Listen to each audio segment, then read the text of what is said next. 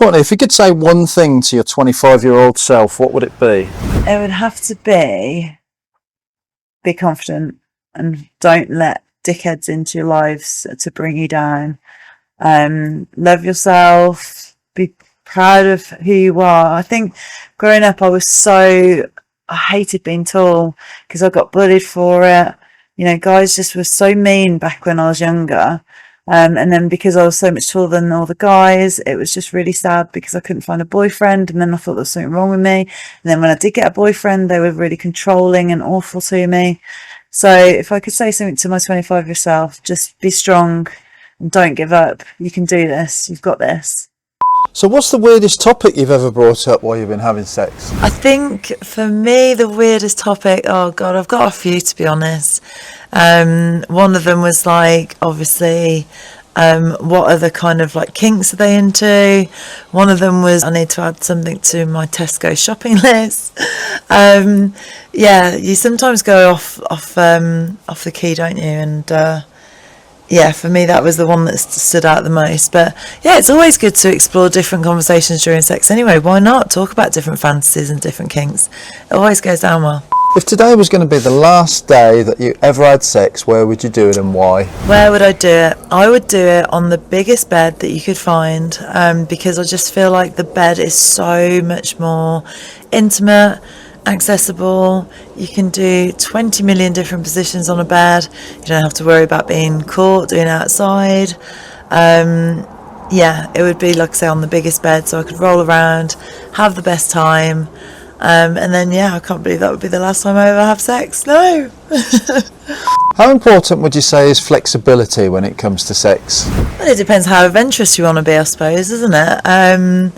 At the end of the day, like being able to throw your legs over your head, wrap them around a guy's neck, you know, gets you on all fours, that sort of thing. Yeah, I suppose you have got to be pretty flexible.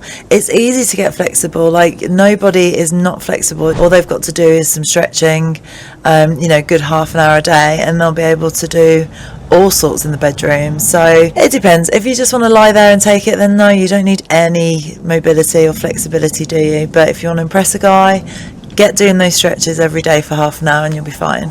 So what's your opinion on people who get offended when their partner asks them that they both be regularly tested for STDs? Oh God, okay. Well, if you're obviously just like having casual sex with someone and you're having sex with other people, then yeah, definitely. I totally understand that. But why would they be asking that if it's just a casual thing and they should probably be using protection, maybe like a condom or something? It's a really hard one to say actually, because if you're in a relationship, you get tested once and then that is it. Like, you shouldn't need to get tested again. Are you trying to catch that person out? Are you trying to show that they are cheating? Like, there's so many sort of possibilities with that conversation.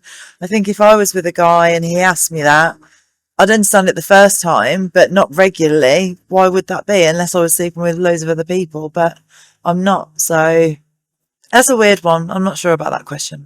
What's your favourite way to subtly tease in a public place without anyone knowing? Oh my God, that's so easy. Like, the easiest way to do that, to flirt with someone, to sort of show them that you're like open to possibilities, is clearly crossing and uncrossing your legs. So you basically go from one side to the other with your legs.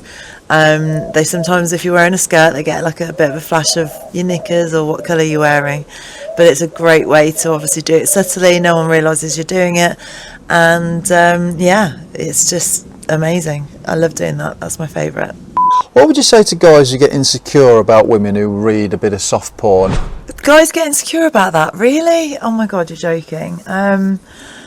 Guys, embrace it. If she's reading about sex, that means that she's going to get riled up, she's going to get horny, and who's she going to turn to? Clearly you. So please stop and just be there for when she's ready to jump on you, because it's going to happen. If she's reading about sex, she's going to want to have sex. So it's going to work in your favour every time.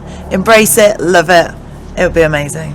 Do you think it's rude if you ask someone to have certain grooming habits before they hooked up with you? Yes, I think it would be really rude, because you can't you can't start off a relationship, or even if you haven't even had sex with them yet, or you're about to have sex with them, and constantly demand what they should or shouldn't do straight away. Like, it's not how relationships work. You can't go in and try and change someone. It's not fair. It's who they are. It's how they've been brought up. So, you know, go in there, go and have sex. If they are a bit hairy, or, you know, you want them a little bit more trim, then make little hints, subtle hints. Like, you have to go away about telling somebody something, otherwise they're going to get offended. And then you could have lost the love of your life without realizing. So if I was you, just go with it, and then start to see if you can try and change those grooming habits. But like I say, at the end of the day as well, he might be happy with the way it looks down there. But also, guys, if you do shave it off, it does look bigger.